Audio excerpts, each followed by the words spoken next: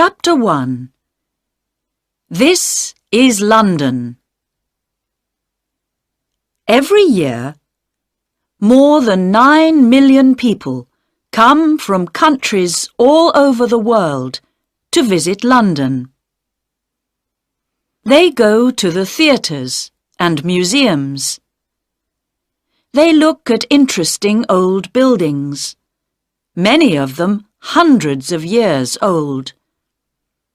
They sit or walk in the beautiful parks, or have a drink in a pub. They go to Oxford Street to look at the shops, or to Harrods. 2 million visitors go to the Tower of London. 1 million more go to see St. Paul's Cathedral. Yes, London is a big and beautiful city, with lots to see and do. But how did it all begin?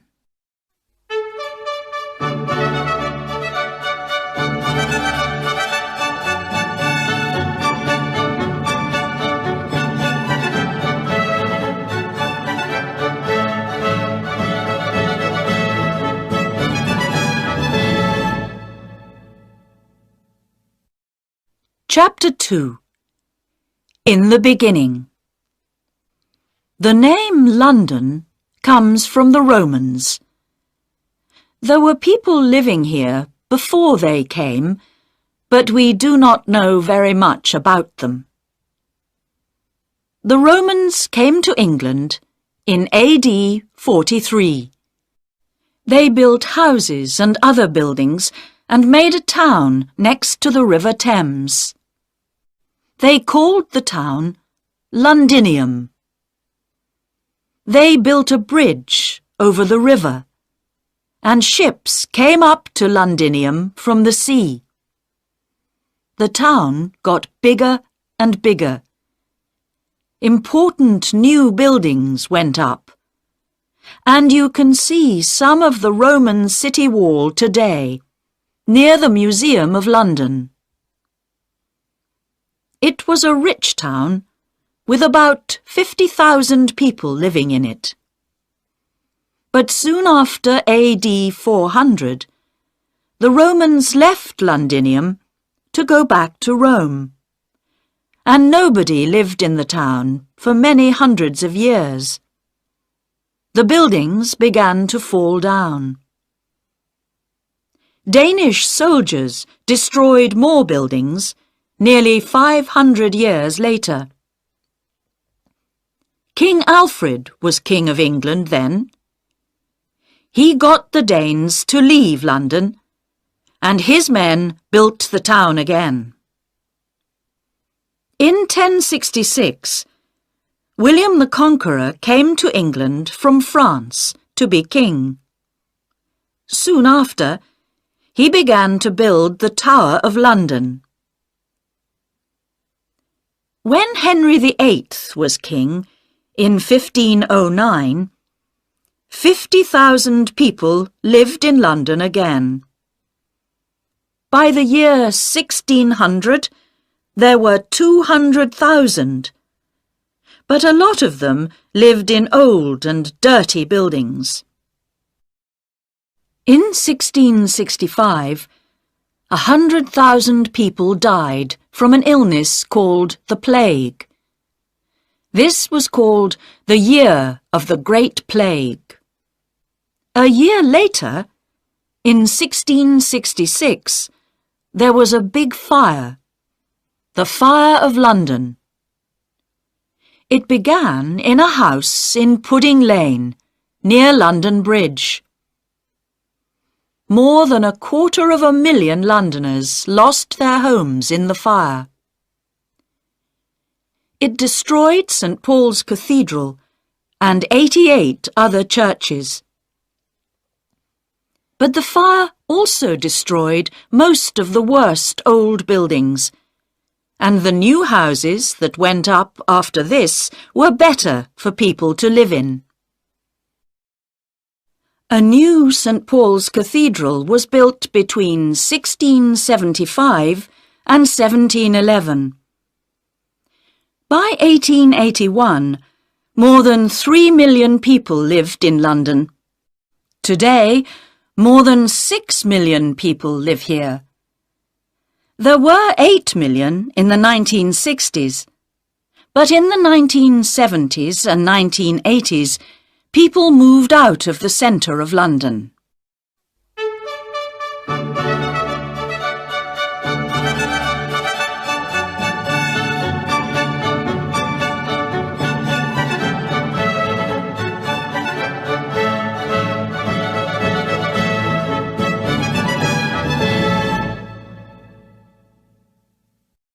Chapter 3. Visiting the City. A quick and easy way to get to different places in the city is to use an underground train. The trains run all day and most of the night. Buy your ticket before you get on the train. It's better not to make your journey between 8 o'clock and 10 o'clock in the morning, or 4 o'clock and 6 o'clock in the evening. These are called the rush hours. Thousands of people are going to work or coming home again then, and it is difficult to move or to find a place to sit on the train. You can see much more of London from one of its famous red buses.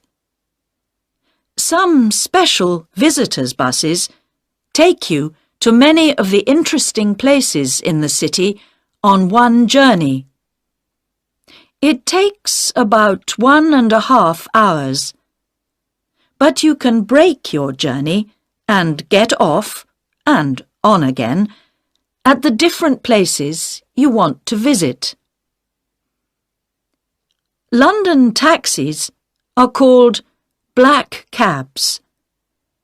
Most of them are black, but some are not.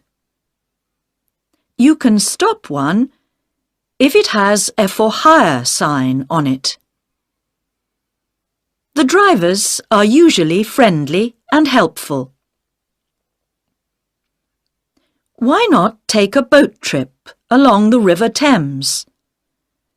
Boats leave Westminster Pier and Charing Cross Pier, and they go to Tower Pier and Greenwich. Between April and October, you can take a longer boat trip to Hampton Court, about 4 hours. A beautiful palace in a big park.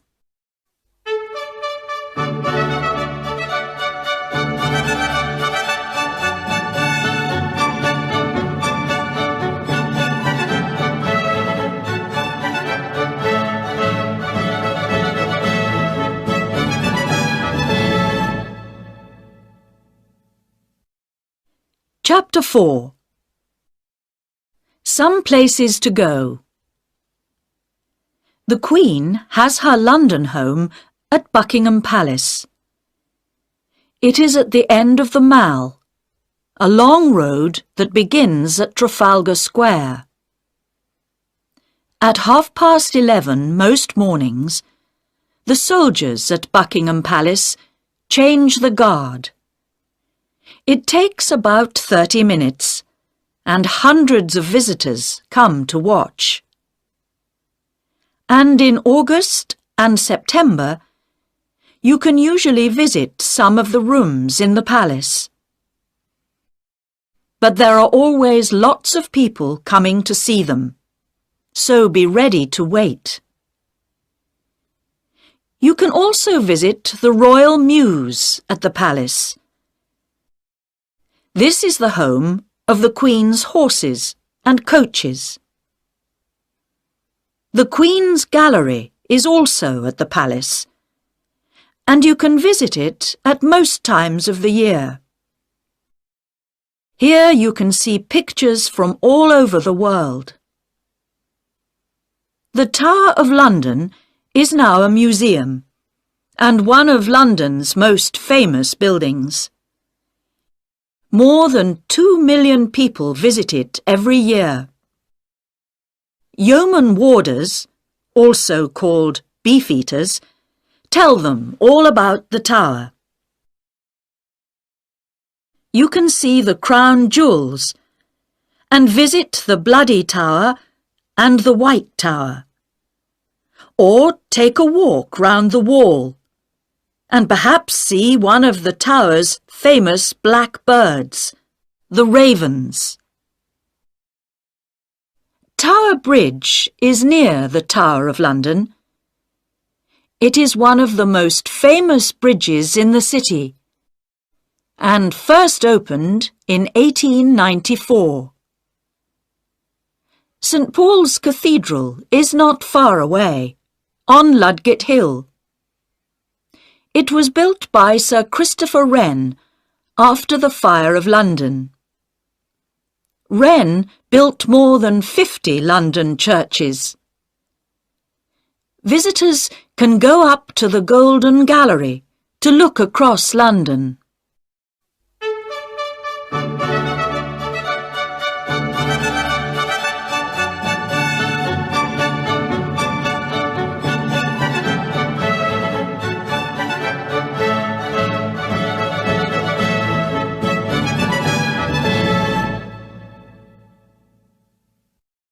Chapter 5. Westminster. Westminster Abbey is more than 900 years old and is a very famous London church. After William the Conqueror, every king and queen of England was crowned king or queen here. The Houses of Parliament are near Westminster Abbey. This is the home of the British government. The clock high up on the building is called Big Ben. The Prime Minister, the head of the British government, lives at 10 Downing Street. Walk along Parliament Street to Whitehall, past the government buildings, and you can see the little street on your left. Parks and gardens. When you are tired of looking at buildings, you can sit or walk in one of London's beautiful parks. Hyde Park has a lake in the middle called the Serpentine, and you can take a boat out on the water. It is a good place to get away from the crowds and the noise of the city. You can listen to the speakers at Speaker's Corner near Marble Arch. People from all over the world come and speak here. You can ask a speaker some difficult questions if you like, or you can stand on a box and speak to some of the listeners. Kensington Gardens is next to Hyde Park. Here you can see the statue of Peter Pan, the famous boy in the children's story Peter Pan by J.M. Barrie. Regent's Park is the home of London Zoo. The zoo has thousands of birds and animals from all over the world. There is also a theatre in the park. On a summer's evening, you can sit out under the night sky and watch a play by William Shakespeare, England's most famous writer. St. James's Park is next to the Mall. It is smaller, but many people think it is more beautiful.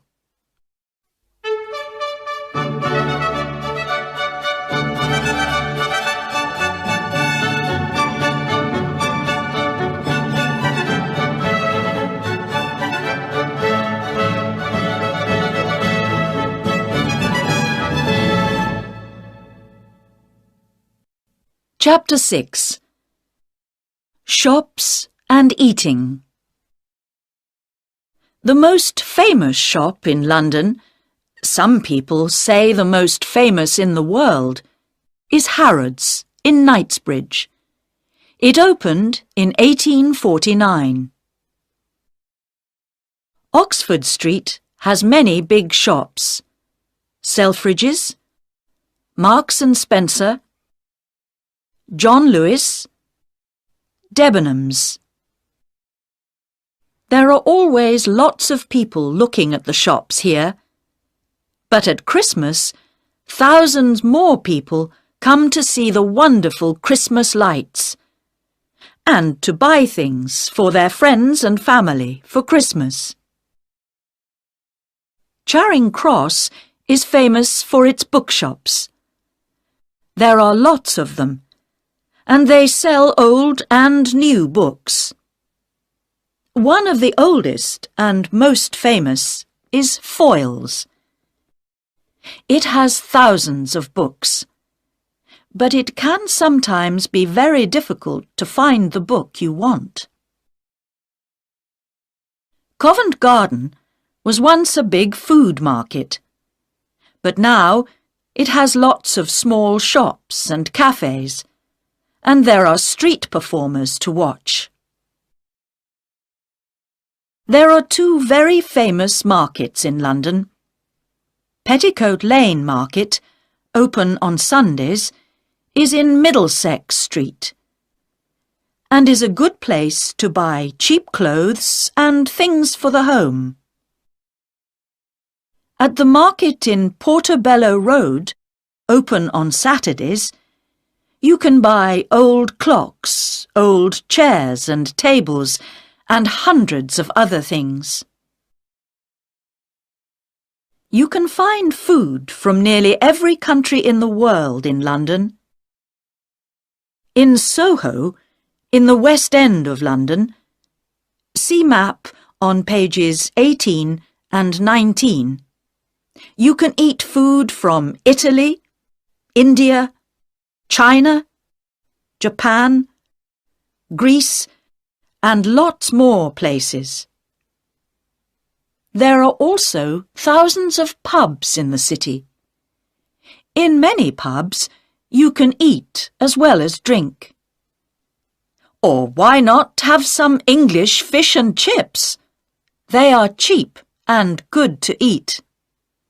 Or you can have tea at the Ritz in Piccadilly, or at the Savoy Hotel in the Strand.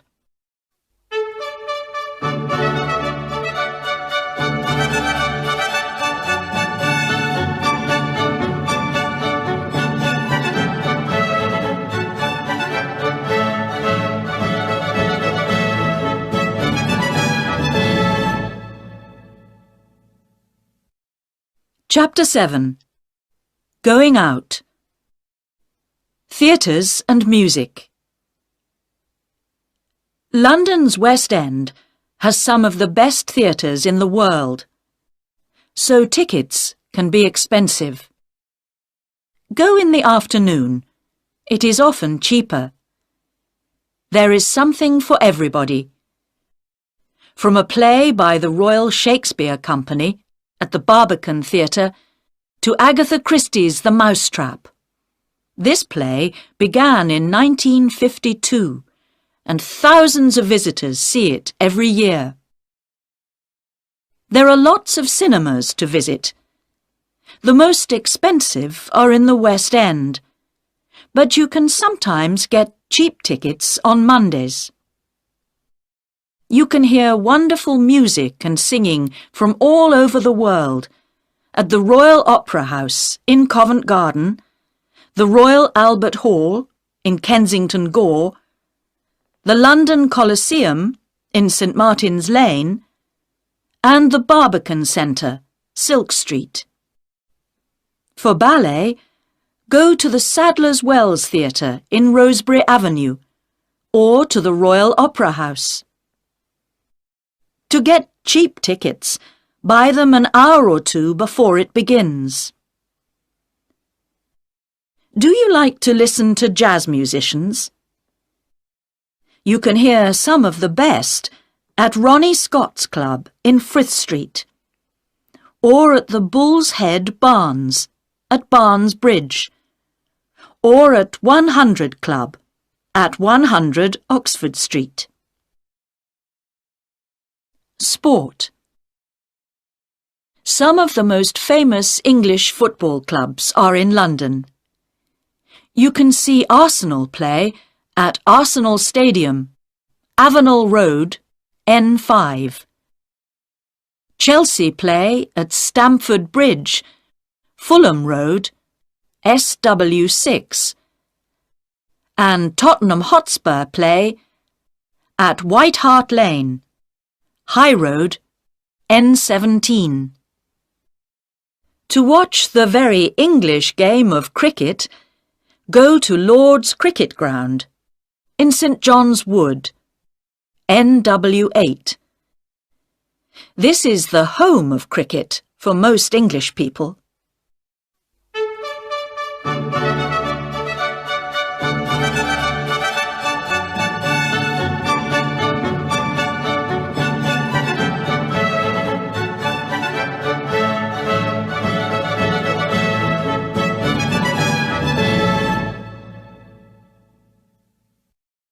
Chapter 8.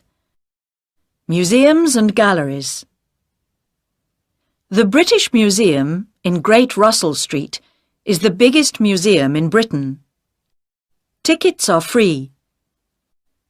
The Museum of London at 150 London Wall is one of the most interesting museums in the city. It tells the story of London and its people. One more museum that tells a story is the Museum of the Moving Image, MoMI, on the South Bank, under Waterloo Bridge. This tells the story of cinema and television, and there are many things for visitors to see and do. You can act with actors on a film set, or you can read the news on TV. 4 million people visit the National Gallery in Trafalgar Square every year. They come to look at more than 2,000 pictures. Tickets are free. At the National Portrait Gallery in St Martin's Place, you can see pictures of famous people. Tickets are free here too. The London Dungeon in Tooley Street is a museum of horror. 500,000 people visit it every year, but they don't always stay to see it all. Madame Tussauds in Marylebone Road is famous for its people made from wax. You can see famous people from the past and famous people of today. Abraham Lincoln, Mahatma Gandhi, Nelson Mandela, Pavarotti, Marilyn Monroe, Charlie Chaplin, Sylvester Stallone. And in the Chamber of Horrors, you can see some very bad people.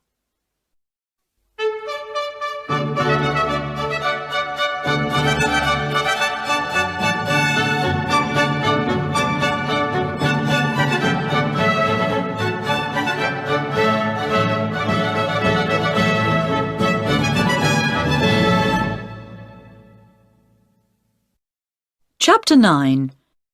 Places and Parades. The City. Londoners often talk about the city. They are talking about the oldest part of London, the home of the Bank of England, and many other big offices. About 5,000 people live in the city, and at weekends it feels empty. But between Monday and Friday, nearly 500,000 people come here to work in the banks and offices. Look for the city men with their dark suits and umbrellas.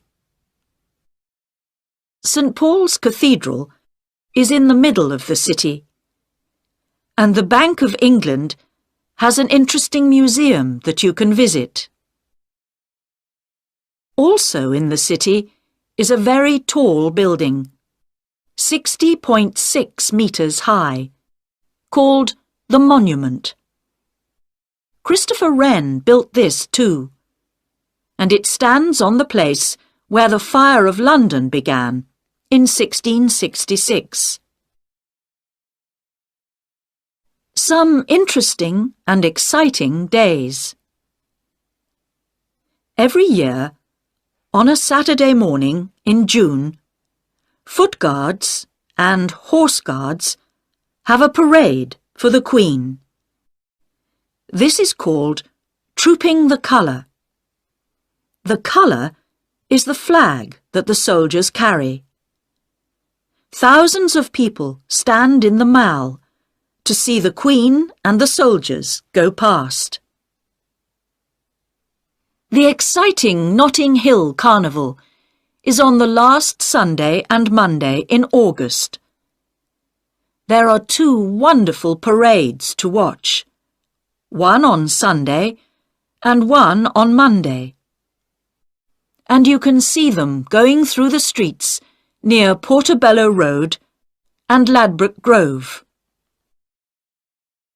On the second Saturday in November, Londoners can see their new Lord Mayor in the Lord Mayor's Show, a parade from Mansion House, the Lord Mayor's home, to the Strand. The Lord Mayor is the most important person in the city after the Queen. The first Mayor of London was Henry Fitzalan in 1189. They were not called Lord Mayors until the time of King Henry VIII. Big red buses, London policemen, Buckingham Palace, Speaker's Corner, Big Ben, Notting Hill Carnival. These are some of the things you can find in London. But there are many, many more. Come and see.